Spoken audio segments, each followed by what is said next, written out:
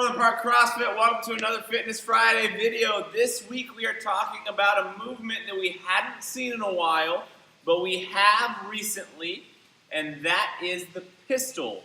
Chances are you left that 4 rounds for time workout in late November, leaving with a little bit of motivation, you could say, to learn pistols a little bit better. Figure out a way to do them in a way that which you could do that workout RX. So today I am going to go over the pistol, talk about some of the movement mechanics that we want to keep and things we want to focus on, and then I'm going to give you 2 scaling options, 2 that you may have seen on that same day, but these are things that you can do here during your time that you have either before or after class to play around with and learn that pistol a little bit better. So getting into that pistol, the pistol is literally an air squat with only one leg. Nothing else should change in your mechanics. Those movement standards shouldn't change. We are still going to, just like an air squat, track our knees over our toes. We're still going to keep our chest nice and high. And we are still going to keep full foot on the ground as best we can. I'll talk a little bit more about that here in a second.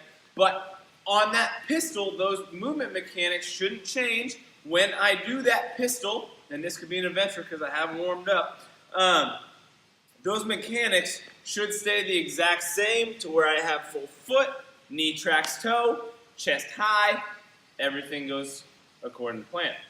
So, a couple things that we want to focus on, and these are kind of the common faults that I see specifically, is knees don't track toes. But that's mainly not because of our knees, it's more because of our feet. So we have these fantastic things called arches on our feet. Right here is going to be that medial arch is what we're going to focus on most in the pistol. When we have that knee kind of crash in, this can happen on air squats too, we have a tendency of crashing that arch and coming onto that medial side, that inside portion of our foot.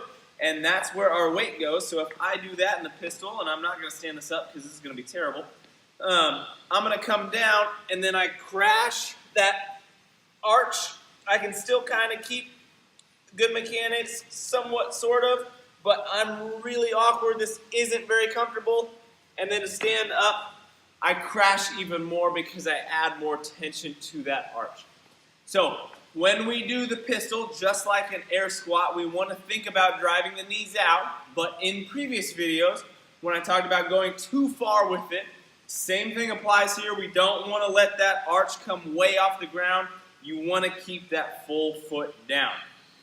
Now, sticking with our feet, we're going to talk about that heel.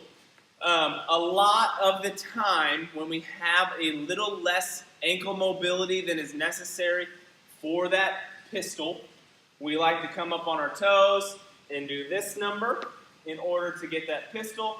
As you can kind of tell, when I bring my heel off the ground, my ability to hold movement standards is diminished. So again, without the heel on the ground, on my tippy toes, I don't quite hit below parallel, but if I keep that heel down, shift my weight back, full pistol, I get that movement standard. So if we don't have that ankle mobility, that is something we need to work on in the future. Be on the lookout for another video in the future on that specifically. Now, talking about those 2 scaling options that I want to talk about today, the first one I'm going to show you can be fantastic, but it can also be very poor at the same time, kind of like all things. Using the rig, we're going to set a band up at about roughly mid-thigh position. This is going to act as a buffer to help us out of that hole a little bit. Now, the thing I want to avoid in this specific scale is I don't want you to use it as a bouncy seat to where it really is the thing standing me up, so I'm just kind of not really caring about the mechanics on the way down. That band tells me it's time to stand up, and I bounce. That is not what we want. That band is there if we need it. It allows us to control things a little bit better, but I am using my own muscles to move my body instead of that band just doing it for me. So, just like the skill I'm about to show you, use it as a target. It is there as a reminder. It's there as a safety tool, not as your main focus on standing up. All right? Now that second one is just going to a target. So I have a fixed target. For me, it's going to be this bench. Benches are roughly, I think it's 16 to 18 inches, don't quote me, but a little bit higher than our stools and a little bit lower than a 20-inch box. So here, I'm just using it as a target. So just like a box squat where I come down and then I stand right after I tap, same thing on the pistol. I am just going to come down, tap, and stand, drive that heel through the ground, and use that as a target to tell me I have hit almost movement standards, taking some of that range of motion out, which is okay when we are learning the movement. We are building that musculature so that we have good positions, and then I stand. Notice that I am not coming here, sit, and stand. If I have any rock at all, even just a little bit, just that, that is too much. We are not doing the scale appropriately. All right?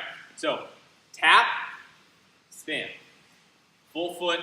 This should help you keep that upright torso and everything in good working order. If you have any questions on the pistol, this is one of those super high skill movements that would be fantastic for one of those 30-minute personal training sessions that I talked about a little while back. This is a perfect opportunity. Grab me, grab Jamie. We both love pistols, but any of us coaches would be more than willing to work with you on this. With that, have a wonderful weekend.